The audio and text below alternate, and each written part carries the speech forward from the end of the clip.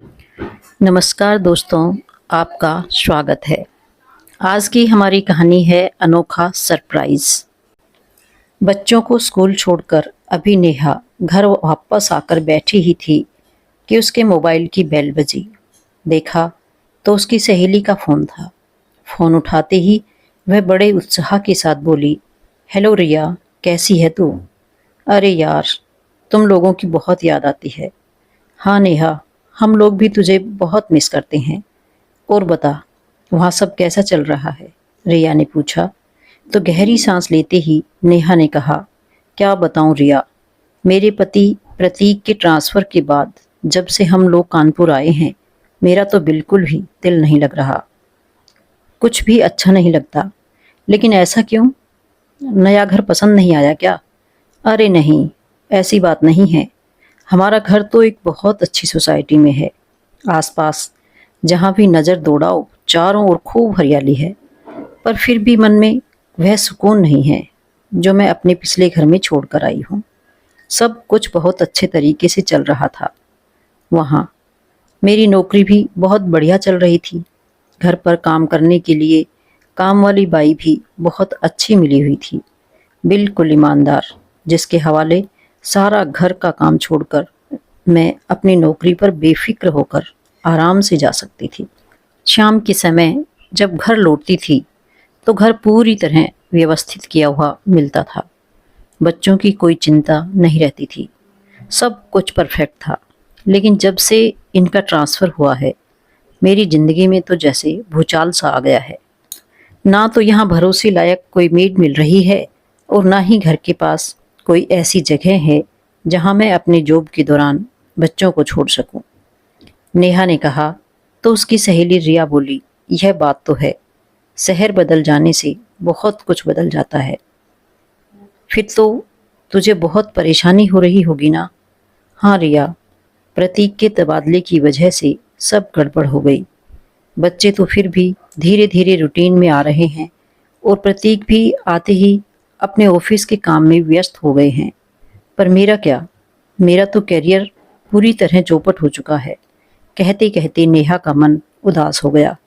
तभी एक कुरियर वाले ने दरवाजे पर बेल बजाई। अच्छा रेखा, बाद में बात करती हूँ तुझसे, दरवाजे पर कोई आया है, कहते ही नेहा ने मोबाइल रखा और दरवाजा खोलकर कुरियर लेने लगी। अभी पार्सल लेकर दरवाजा बंद करने ही लगी थी कि उसकी सरसरी नज़र थोड़ी दूर एक पेड़ की ओट में खड़ी एक वृद्ध औरत पर पड़ी। उसे देखते ही वह अंदर तक कांप उठी। यह बुढ़िया फिर से यहाँ? हे भगवान, आखिर ये बूढ़ी औरत हर रोज मेरे घर पर टकटकी लगाए क्यों देखती रहती है? न जाने क्या चाहती है ये बुढ़िया। कहीं ऐसा तो नहीं कि छुप छुप कर हमारे बारे में जानकारी हासिल कर रही हो? कहीं कोई लूटपाट करने के इरादे से? सोचते सोचते नेहा का दिल दहल उठा। उसके मन में कई तरह की शंकाएं घर करने लगी, क्योंकि 3 दिन से लगातार वह बुजुर्ग औरत उसके घर पर नजर बनाए हुई थी। नेहा के मन की बेचैनी लगातार बढ़ती जा रही थी। जब रात को उसका पति प्रतीक घर आया तो नेहा के चेहरे पर बेचैनी को भांपते हुए बोला, नेहा क्या हुआ? तुम्हारी तबीयत तो ठीक है, कुछ परेशान लग रही हो। चिंता की ही तो बात है। वह अजीब सी बूढ़ी महिला आज फिर हमारे घर को टकटकी लगाई देख रही थी। ना जाने क्या चल रहा है उसके दिमाग में। आखिर चाहती क्या है वह? नेहा ने गुस्से पे उदासी की मिश्रित भाव लिए कहा। तो प्रतीक बोला, अरे नेहा, इसमें चिंता की कोई बात नहीं है, एक बूढ़ी औरत ही तो है, कर ही क्या सकती है वह। आप भी कमाल करते हैं। आजकल माहौल अच्छा नहीं है। चोरी और डकैती तो एक आम बात हो गई है। आए दिन टीवी पर भी बच्चों के अपहरण की खबरें देखने सुनने को मिलती हैं। उस बूढ़ी औरत को हमारे घर पर नजर रखने के पीछे कोई ना कोई मकसद जरूर है। यह सुनकर प्रतीक भी थोड़ा बेचैन हो उठा और फिर बोला, तो ठीक है, मैं सोसाइटी के गार्ड को खास ध्यान रखने के लिए कह देता हूँ। अगर अगली बार कुछ ऐसा होता है तो तुम मुझे तुरंत कॉल कर देना। बढ़ेगी तो हम पुलिस कंप्लेन करेंगे। इसके बाद 2-3 दिन बीत गए। अपनी जिंदगी को दोबारा से पटरी पर लाने में नेहा की कोशिश जारी थी ताकि वह फिर से नौकरी जाना शुरू कर सके। हर रोज छत पर कपड़े सुखाते हुए नेहा की नज़र अनायास ही इधर उधर दौड़ने लगती थी। 3 दिन से वह बूढ़ी औरत नज़र नहीं आ रही थी। मन को सुकून आया, चलो इस मुसीबत से तो पीछा छुटा। परंतु अगले दिन जब नेहा अपने बच्चों की स्कूल बस में बिठाकर घर वापस आ रही थी, तभी सहसा उसके सामने वह वृद्ध महिला आ गई। उसे अपने सामने देखते ही नेहा अंदर तक सिहर उठी और बहुत तेज गति से चलने लगी।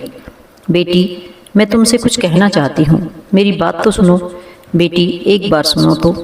वह बूढ़ी औरत पीछे से आवाज़ लगाती रह गई, लेकिन नेहा तेजी से दौड़ती हुई अपने घर चली आई और तुरंत दरवाज़ा बंद करके अपने पति को फ़ोन लगाया। घबराने वाली कोई बात नहीं है नेहा, मैं अभी के अभी पुलिस को फ़ोन कर रहा हूँ। तब तक तुम दरवाज़ा बिल्कुल मत खोलना। फ़ोन करने के करीब 20-25 मिनट के अंदर अंदर प्रतीक पुलिस को लेकर वहाँ पहुँच गया। वह बुढ़िया वापस वहीं पेड़ की ओट में बैठी थी, जहाँ बैठकर वह हमेशा उस घर की ओर टकटकी लगाए देखती रहती थी। पुलिस ने सख्ती से उस औरत से पूछताछ की और फिर सोसाइटी के अन्य लोगों से भी कुछ सवाल पूछे, परंतु सारी पूछताछ के बाद जो कुछ भी सामने निकल कर आया, उसे सुनकर प्रतीक के पैरों तले ज़मीन खिसक गई। थोड़ी देर बाद घर की बेल बजी तो नेहा ने दरवाज़ा खोला तो देखकर हैरान रह गई, क्योंकि दरवाजे पर प्रतीक उस बूढ़ी औरत के साथ खड़ा था। कभी प्रतीक की ओर देखती तो कभी उस बूढ़ी औरत को। इससे पहले कि वह कुछ पूछती, प्रतीक घर के अंदर आया और वृद्ध औरत गेट पर ही बनी रही। यह क्या प्रतीक, यह तो वही औरत है जिसके बारे में मैंने आपको बताया था, तो फिर आप ही इसे यहाँ क्यों? गुस्से से नेहा ने पूछा तो प्रतीक बोला, नेहा, मैं तो पुलिस को अपने साथ लेकर आया था, यह जानने के लिए कि यह औरत कौन है और हमारे पीछे क्यों पड़ी है। लेकिन नेहा, पूछताछ में जो कुछ भी सामने आया उसे अगर तुम सुनोगी तो तुम भी हैरान रह जाओगी। लेकिन ऐसा क्या पता चला?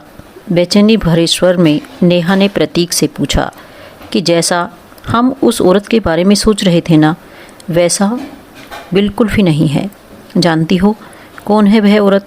आश्चर्यचकित चेहरा लिए नेहा आगे की बात सुनने को बेकरार थी। तो प्रतीक ने कहा, उसका नाम रीमा देवी है और हमसे पहले वह इस घर की मालकिन थी। यह बात सुनकर नेहा को तो जैसे काटो तो खून नहीं। क्या? लेकिन ऐसा कैसे हो सकता है? क्योंकि यह घर तो आपने अपने अजीज़ दोस्त समीर मल्होत्रा से ख़रीदा था, जिसे विदेश में बहुत अच्छी नौकरी मिल गई थी। क्या यह समीर मल्होत्रा की माँ है? हाँ नेहा, ये बेचारी भूखी और अभागी औरत उस समीर की माँ है। लेकिन प्रतीक, समीर मल्होत्रा ने तो बताया था कि उसके माँ बाप इस दुनिया में हैं ही नहीं। उसने झूठ बोला था नेहा। उसके पिता की मृत्यु 1 वर्ष पहले ही हुई थी। उसके बाद उस निर्लज्ज इंसान ने सबसे पहले धोखाधड़ी से सब कुछ अपने नाम करवा लिया और फिर अपनी विधवा माँ को ही वृद्ध आश्रम में भेज दिया। इसके बाद यह घर हमें बेचकर वह चुपचाप विदेश चला गया। मैं अभी तक हैरान हूँ, आखिर कोई इंसान अपनी माँ के साथ इतना बड़ा धोखा कैसे कर सकता है, और वह भी तब जब उसकी माँ का कोई और सहारा भी नहीं था। नेहा विस्मित हो उठी और उधर प्रतीक की आंखें भी नफरत से भर गई। फिर कुछ सोचते हुए नेहा ने कहा, अच्छा चलो, यदि इस मकान की पुरानी मालकिन है भी तो अब यहाँ क्या करने आई है? अपना घर हमसे वापस मांगने? लेकिन प्रतीक, हमने तो इस घर की पूरी कीमत देकर इसे ख़रीदा है ना, नेहा चिंता भरे स्वर में बोली। तो प्रतीक ने कहा कि नहीं नेहा, यह बात नहीं है। दरअसल आज उनके पति की मृत्यु का पूरा 1 साल हो चुका है। उनकी पहली बरसी है, इसलिए वह उस कमरे में उनकी आत्मा की शांति के लिए दिया जलाकर प्रार्थना करना चाहती है, जहाँ वह और उनके पति रहते थे, जहाँ उन्होंने अंतिम सांस ली थी। लो, यह भी कोई बात हुई भला? यह घर अब उनका थोड़ी ना है और ना ही उस कमरे में अब उनका लेना देना है। फिर यहाँ प्रार्थना करने से क्या ही फ़र्क पड़ने वाला है? मुझे तो इन बातों में बिल्कुल विश्वास नहीं है। अरे नेहा, वह तुम्हारी सोच है, तुम्हारी आस्था नहीं तो ना सही उनकी तो है। और यदि हमारी एक हेल्प से किसी को थोड़ी सी खुशी मिल जाती है तो हमारा चला भी क्या जाएगा। करने देते हैं ना उन्हें प्रार्थना, थोड़ी देर की ही तो बात है।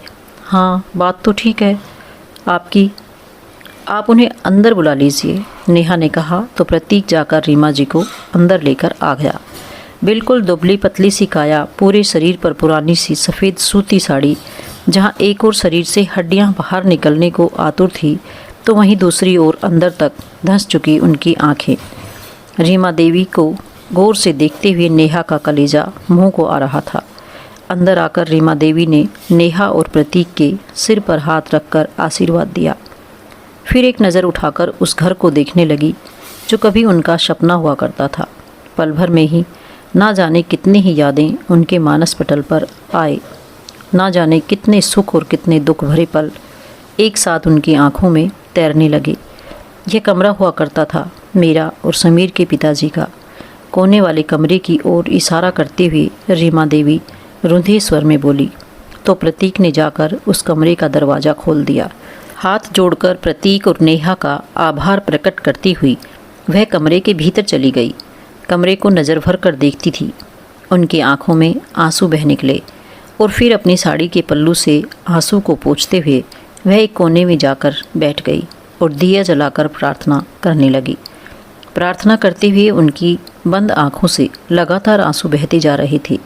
जब कुछ समय बाद प्रार्थना करके कमरे से बाहर आई तो वापस नेहा और प्रतीक को ढेर सारे आशीर्वाद देने लगी और फिर बोली, एक समय था बेटा जब इस घर में मैं दुल्हन बनकर आई थी और उस समय तो मैंने यही सोचा था कि अब इस घर से मेरी अर्थी उठेगी, परंतु कहते कहते रीमा देवी का गला रुंध गया और फिर कुछ पलों के अंतराल के बाद घर को निहारती हुई बोली, अपने परिवार के साथ मैंने यहाँ ज़िंदगी की कितनी ही खूबसूरत और खट्टे मीठे पल बिताए थे, लेकिन समीर के पिताजी के जाने के साथ ही जैसे सब कुछ ख़त्म हो गया।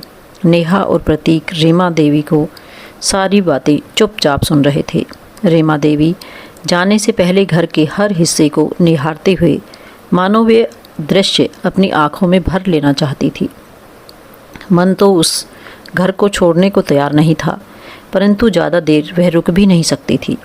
इसलिए थोड़ी देर अपने दिल का हाल सुनाकर रीमा देवी भारी मन से उठी और बोझिल कदमों से बाहर जाने लगी। प्रतीक उनकी हालत को समझ रहा था। मन ही मन रीमा जी के लिए थोड़ा चिंतित हो उठा।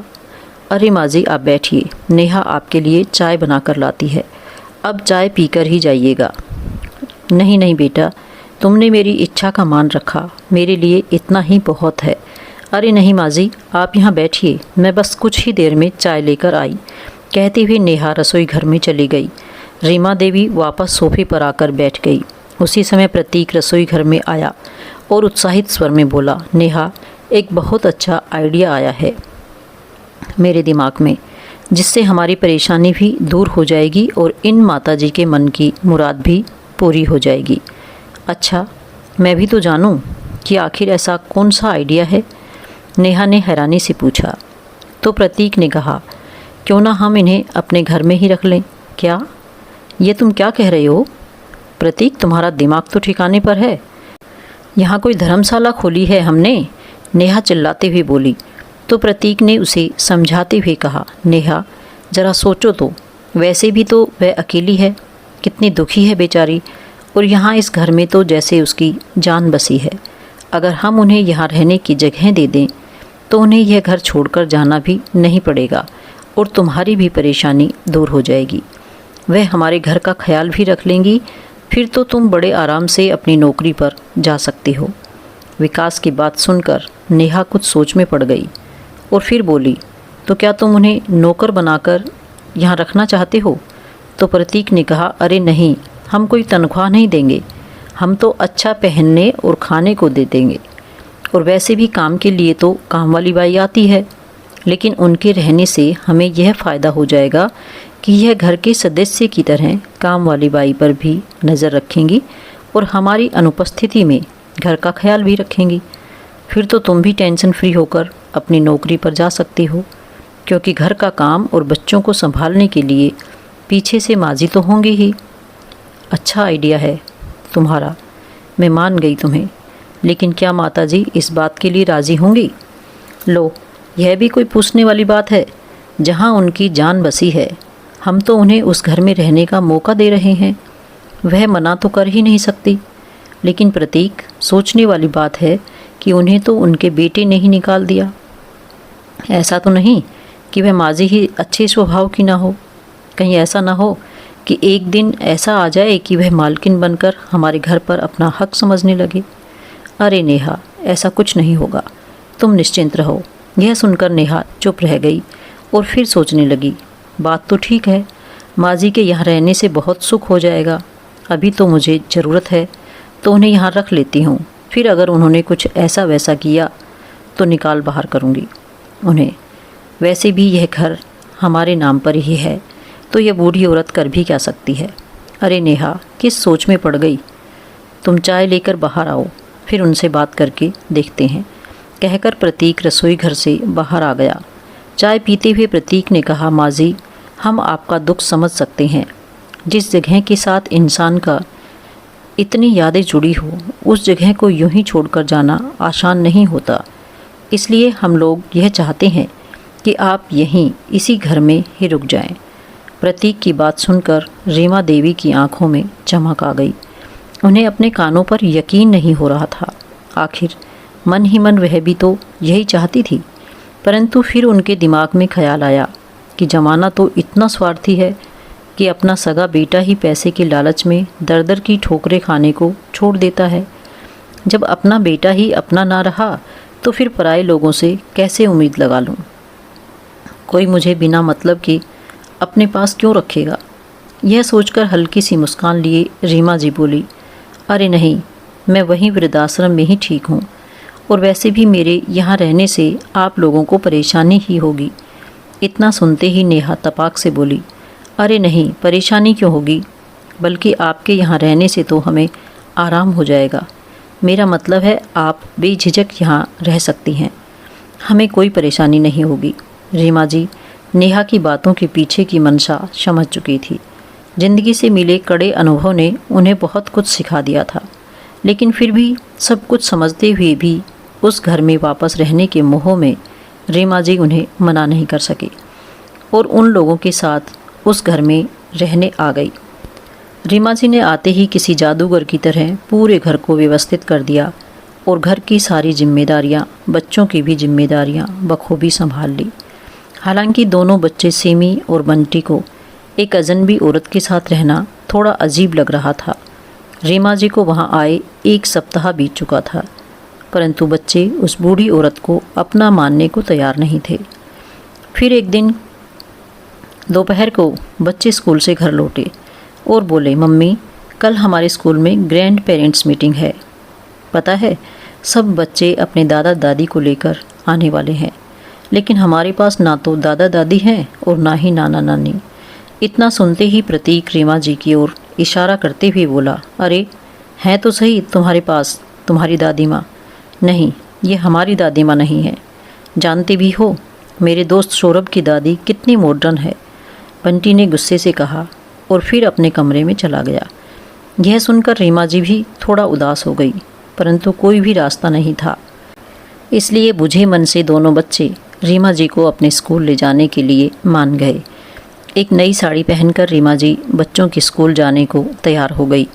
प्रतीक ने अपनी गाड़ी से उन्हें और 2 बच्चों को स्कूल में छोड़ दिया। दोपहर को जब घर लौटे तो दोनों दादी की तारीफ़ करते हुए नहीं थक रहे थे।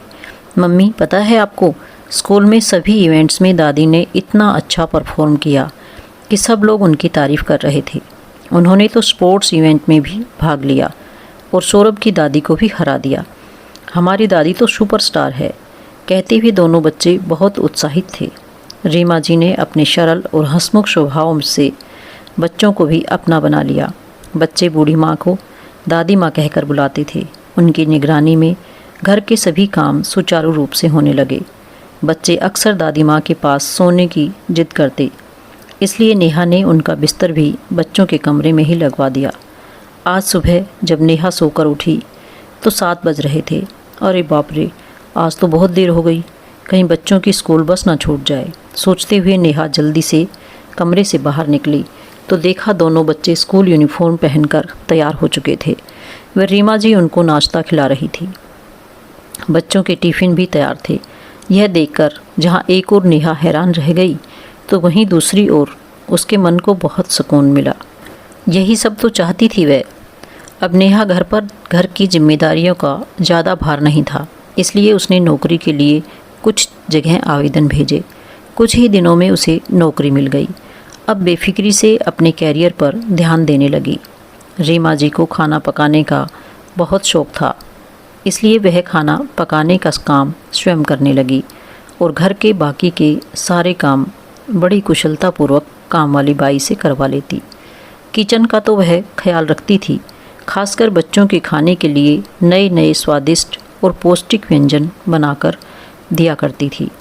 यहाँ नेहा और प्रतीक यह देखकर हैरान थे कि उनके दोनों बच्चे, जो हर रोज़ कभी चिप्स तो कभी पिज़्ज़ा बर्गर की डिमांड किया करते थे, जंक फूड के अतिरिक्त जिन बच्चों को कुछ पसंद ही नहीं आता था, वह बच्चे घर के बने व्यंजन बड़ी खुशी से खा रहे थे। दोनों बच्चे जो देर रात तक टीवी से चिपके रहते थे, अब दादी माँ से इस कदर घुल मिल गए थे कि रात को सोते समय टीवी देखने की जगह दादी माँ की कहानी सुना करते थे। रीमा जी धार्मिक कहानियाँ सुनाकर दोनों बच्चों में अच्छे संस्कार डाल रही थी। बच्चों में आए इस सुखद परिवर्तन को देखकर नेहा और प्रतीक फूले ना समाते, क्योंकि उन दोनों ने भी अपने बच्चों के साथ इस तरह समय नहीं गुजारा था। पहली बार आज इन दोनों ने महसूस किया था कि घर में बड़े बुजुर्गों की उपस्थिति से बच्चों पर कितना अच्छा प्रभाव पड़ता है, क्योंकि प्रतीक के माता पिता तो बहुत पहले ही गुजर चुके थे, इसलिए उनके बच्चे आज तक इससे वंचित रह रहे थे। आज रीमा जी ने सिमी और बंटी को सुबह सुबह जगाया तो वे दोनों बोले नहीं, दादी आज हम स्कूल नहीं जाएंगे। लेकिन बेटा, स्कूल की छुट्टी करना तो अच्छी बात नहीं है, रीमा ने कहा। तो वे बोले, अरे नहीं आंटी, आज बहुत स्पेशल दिन है। आज मम्मी और पापा की मैरिज एनिवर्सरी है, इसलिए आज तो घर पर पार्टी है। अच्छा बच्चों, तो यह बात है, तो चलो जल्दी से तैयार हो जाओ, आज मिलकर पूरा खर्चा देते हैं, रीमा जी ने कहा। तो दोनों बच्चे बड़े उत्साहित थे। कुछ ही देर में उन्होंने घर को खूब अच्छे से सजा दिया। यह सब देखकर नेहा और प्रतीक को बहुत खुशी हुई, क्योंकि आज से पहले बच्चों ने कभी उनके लिए ऐसा कुछ खास नहीं किया था। मम्मी पापा, आपको हमारा सरप्राइज़ कैसा लगा? बच्चों ने पूछा। तो नेहा बोली, बहुत अच्छा, इतना अच्छा लगा कि बता नहीं सकती। कहते हुए नेहा ने बच्चों की बाहों में भर लिया। तो बंटी ने कहा, हमें पता था आपको ज़रूर पसंद आएगा, यह सब दादी का प्लान था। यह सुनकर नेहा मन ही मन रीमा जी के प्रति कृतज्ञ हुई। शाम के समय पहनने के लिए नेहा ने अलमारी से अपने गहने निकाले, लेकिन गलती से गहनों का बक्सा वहीं बेड पर ही छोड़ दिया और फिर बच्चों को दादी के पास छोड़कर प्रतीक के साथ शॉपिंग करने चली गई। लेकिन जिस समय वह लोग घर वापस आए तो उनकी हैरानी का ठिकाना न रहा कि रीमा जी तो घर से गायब थी और बच्चे घर पर बिल्कुल अकेले थे। बेटा, दादी कहाँ गई? प्रतीक ने बच्चों से पूछा। पापा, दादी तो कहीं बाहर गई हैं। जाते जाते उन्होंने हमें घर का दरवाज़ा अंदर से बंद करने को कहा है। यह सुनते ही नेहा के मन में एक शक पैदा हुआ। फिर उसे ध्यान आया कि उसने तो अपने सोने के गहनों का बक्सा अलमारी के बाहर ही रख दिया था। तुरंत उसने कमरे में जाकर देखा तो उसके पसीने छूट गए, क्योंकि गहने भी वहाँ नहीं थे। अब उसका शक यकीन में बदलती देर न लगी। वह बच्चों के पास आई और बोली, जब दादी बाहर गई थी तो क्या उनके हाथ में कुछ था? तो सिमी बोली, हाँ मम्मी, उनके हाथ में एक बैग था। देखा, वही हुआ ना जिसका मुझे शक था। चली गई ना हमें लूटकर। मेरे सारे गहने गायब हैं। वह भी न जाने क्या क्या चुरा कर ले गई होगी। बहुत यकीन था ना तुम्हें उन पर? नेहा गुस्से से प्रतीक पर चिल्ला पड़ी। यह सुनकर प्रतीक भी हैरान रह गया। इस बात की तो उसे भी उम्मीद नहीं थी। थोड़ी देर हो चुकी थी, तभी दरवाजे की घंटी बजी और रीमा जी घर के अंदर आई। तभी प्रतीक ने पूछा, अरे माँ जी, आप कहाँ चली गई थी? पता है हम कितने परेशान हो गए थे। तभी रीमा जी ने मुस्कुराते हुए एक शॉपिंग बैग प्रतीक की ओर बढ़ाया और एक छोटा सा उपहार नेहा को दिया। ये क्या है? प्रतीक ने पूछा। तो रीमा जी बोली, यह तुम दोनों के लिए शादी की सालगिरह का उपहार है। जुग जुग जियो मेरे बच्चों, तुम्हारा यह रिश्ता यूं ही बना रहे। मेरी भगवान से प्रार्थना है प्रतीक ने बैग खोल कर देखा तो उसमें उसके लिए पैंट शर्ट थी और जिसे देखकर प्रतीक के चेहरे पर एक मुस्कान आ गई। और नेहा ने अपना उपहार खोलकर देखा तो देखकर चौंक गई। उसने खूबसूरत सी अंगूठी थी। हैरानी से बोली, माँ जी, यह अंगूठी तो सोने की लगती है। हाँ बेटी, यह अंगूठी सोने की है। बहुत मन था मेरा कि तुम्हारे लिए इस खास दिन पर कुछ खास उपहार लेकर आऊँ। मेरे पास कुछ ज़्यादा तो नहीं था, बस यही एक सोने की अंगूठी थी जिसे मैंने अपने पास बहुत संभाल कर रखा था। लेकिन अब सोचती हूँ कि इसे रखकर भला मैं क्या करूँगी, इसलिए बाजार जाकर इस अंगूठी को धुलवा कर ले आई। तुम इसे अपने हाथ में पहनना, बहुत खूबसूरत लगेगी। यह सुनकर नेहा की आंखें खुली की खुली रह गई। फिर बोली, तो माँ जी, क्या आप इसलिए गई थी? हाँ बेटे, और तुम्हारे गहने जो तुमने बाहर रखने के लिए दिए थे, मैंने उन्हें वापस अलमारी में रखकर ताला लगा दिया था। अब तो नेहा की अंतरात्मा उसे कचोटने लगी। वह ये सोच सोचकर मन ही मन शर्मिंदा हो रही थी कि जिस लाचार समझकर मैंने अपने फ़ायदे के लिए आश्रय दिया, उस ममतामयी माँ का दिल इतना बड़ा था कि अपने पास बचे इकलौते गहने को भी मुझे सौंप दिया, जिसने हमें और हमारे बच्चों को अपने बच्चों की तरह प्यार दिया। उसकी निस्वार्थ सेवा के बावजूद मैंने उस पर इतना बड़ा आरोप लगा दिया।